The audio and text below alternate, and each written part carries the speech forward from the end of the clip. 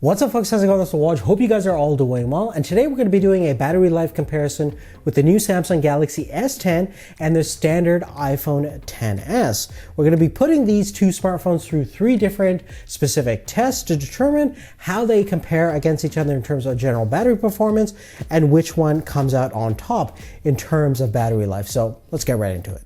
Now, firstly, in terms of battery capacity, coming from the previous generation Samsung S9 that had around 3,000 milliamp capacity, we now have 3,400 milliamp hours. Now, even though the S10 has the larger battery, we still have to keep in mind that we have a larger, brighter, more higher resolution display. That's certainly going to be a little bit more of a power draw compared to the S9. And compared to the iPhone XS that only has a 2659 milliamp hour battery, we should expect to see certainly better battery performance on the S10.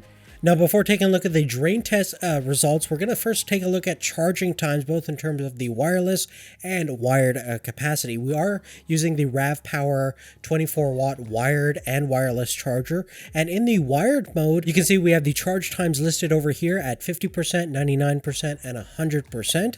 Certainly when it comes to the quick charging capabilities, both are going to give you around 50% charge within about a half an hour, which is awesome and pretty standard these days with most smartphones that have quick charging capabilities. Now, in terms of getting from 0 to 99%, certainly the iPhone's going to get there faster due to its smaller capacity, and you can also see the times from 0 to 100%, which typically to get that 1 extra percent takes almost 10 minutes on average. Now, in terms of the wireless charging speeds, the iPhones can take up to 7.5 watts with our charger, and the Samsung phones can typically take up to 10 watts in terms of the wireless charging speeds. So in terms of the 50% charge mark, we're getting within the 30-minute mark on the iPhones, which is awesome, and about 38 minutes to get to 50% based on our experience with the S10. Now, in terms of getting to 100%, it's going to take quite a bit of time on the S10 since it does have 3,400 milliamp hours to cover. With the wireless charging method, you're going to wait about 228 minutes versus about 165 minutes on the XS. Now, moving forward and taking a look at the first thing that we always like to do when testing out the battery, and that's using the Geekbench battery benchmarking tool, something that everyone can do, and it's simple and straightforward.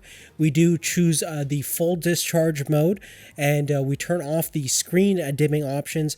We run it in airplane mode, and we have the brightness set to about 50% on all the smartphones. So basically with that scenario, we're getting around 5,300 points with a total runtime of about 8 hours and 50 minutes on the S10. The previous generation Galaxy S9 scored about 3,990 points with a runtime about 6 hours and 39 minutes. And the iPhone XS got around 3,098 points and it got a total runtime of about 5 hours and 11 minutes. Now, moving on to our video playback endurance test. This is where we play a 1080p video on the VLC app. We loop that video to infinity, turn on airplane mode, set the brightness to 50%, and see how long each smartphone lasts. In that scenario, the Samsung Galaxy S10 did really well, got around 15 hours and 38 minutes. The previous generation S9 in that same scenario got around 13 hours and 48 minutes, and the iPhone XS is not too far behind. The S10 got around 14 hours and 13 minutes. So definitely some stellar performance over here across the boards. The iPhones typically do really well in this test, and as you can see, the XS is actually better than the previous generation S9, and certainly the S10 is a nice step up in terms of video playback performance when it comes to battery life compared to the previous generation. Now we're going to show you one more drain test that is more representative of kind of every day-to-day use, certainly in terms of opening up different applications that you're going to use and just doing general smartphone related things. Now, just to reduce the amount of variability that you would encounter from a day-to-day use perspective and to keep the usage profile as similar as possible from smartphone to smartphone, I did want to automate the process and design a script that would open up certain applications at a particular point in time, such as YouTube, Instagram, Twitter. I want to make sure that at a particular point in time, we're going to be using the camera app to shoot some pictures and even surfing the web for a little bit. Now, this might sound a little tricky to do, but it's actually really simple on the iOS platform. You basically use the Shortcuts app to automate whatever you like on your phone, which is awesome.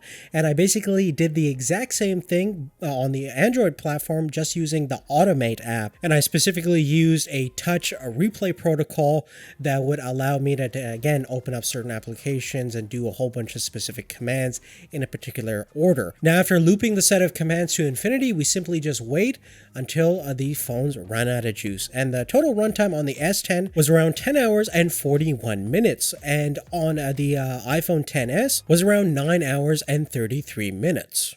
Now, one thing you do want to keep in mind with our automated tests is that the screens are being used non-stop. So realistically, when you're using these phones, you're going to be turning off the screen, living your life, and then coming back to the smartphone. So you can definitely encounter a couple of more hours, obviously due to that reason. But it's, again, kind of an extreme example. In both scenarios, you're definitely going to have no problem getting throughout the day on a single charge on both platforms. If you're a heavy-duty power user doing a lot of gaming and things like that, that could be certainly a different story, and you might want to look into a phone with a larger battery capacity.